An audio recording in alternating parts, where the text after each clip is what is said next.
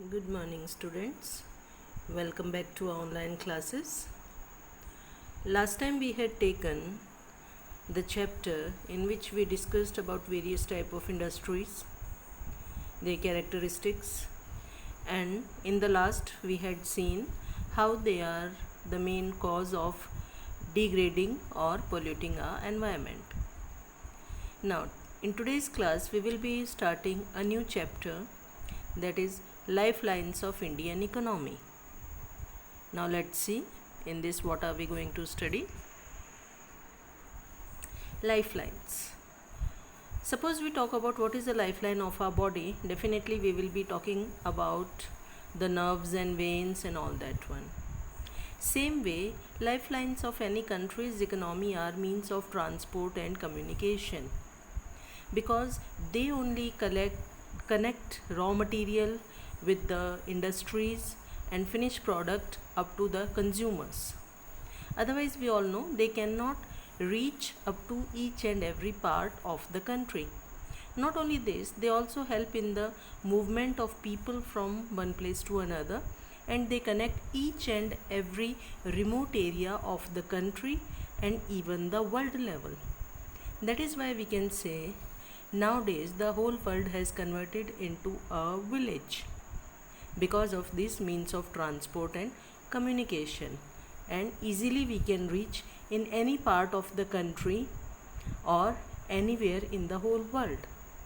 Even for business and economic prosperity of the country also, these are very helpful. Now, importance. What is the importance of these two things? First, we all know they contribute in the economic or socio progress of the country. They help in the movement of goods and services from place to place. They develop travel and tourism for different countries and even for the own country. They help in the national integration and globalization. They help in the movement of people or laborers.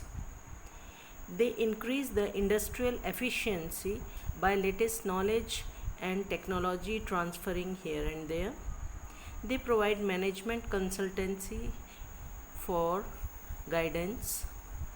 Then online transactions, nowadays we all know they have become so important. So online transactions and communications increases the efficiency and speed of connecting faraway areas and remotest areas with each other, or you can say with the mainstream of the world.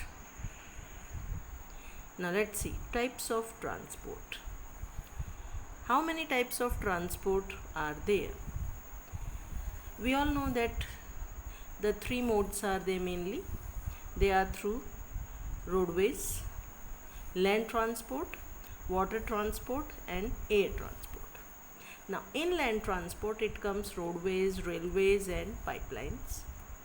Water transport or waterways, it is of two types, inland and overseas. Then air transport, it is also two types, but it can be divided on two levels, one according to the ownership, another according to the flights. According to the flights, they are on domestic and international level, and on the basis of ownership, they are private airlines and public undertaking airlines. Now let's see land transport or roadways. We all know roads are such an important part of everybody's life. India has one of the largest roadways in the whole world, and in every area, every village, any type of road is always available. It's not necessary it is only the pakka or kolta roads. It can be kacha, or which we also call as fair weather roads also. Now let's see the benefits of roadways. First benefit, they can be constructed in any type or surface, even or uneven. They provide door-to-door facilities, even up to your home the roads can come. They can be dissected or divided into many parts very easily. Their construction charges are very less as compared to the other ones. They connect the other modes of transport also like to the waterways, railways, airways, etc. We all know that they all cannot reach up to our home. Naturally, by road we have to reach up to those places, and they can be constructed on plain and hilly areas easily without any trouble, which is difficult for other mode of transport. So that's why we can say it is also excellent mode for transporting perishable commodities or food items from one place to another, for example fruits, vegetables, milk and milk products, etc. Now let's see the types. Generally there are 6 types of roadways. First one, expressways or superhighways. They are 4 to 6 lanes, mainly created by NHAI, National Highway Authority of India, for faster mode of transportation. We all know in most of the big cities and areas these type of lanes are being created. These have 2 categories. One is corridors. Corridors are of 2 types: east-west corridor, which is connecting easternmost Assam Silchar to westernmost Porbandar in Gujarat. Same way north-south corridor. In northern side Srinagar, the last stoppage is Uri till Kanyakumari in the south, and next is Golden Quadrilateral. These are mainly connecting the metropolitan cities, 4 metropolitan cities. Sometimes we also call Bengaluru also 5th one. So 5 metropolitan cities of our country. Then second one, national highway. National highway are 2% of the total length of the total roadways, but they carry 40% of the transport burden. So this way you can say they are one of the most important ones.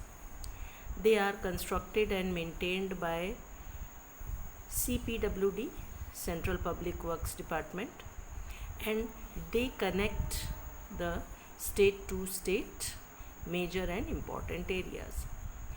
For example, Shershah Suri Marg, or called as National Highway number 1, or we also call it GT Road.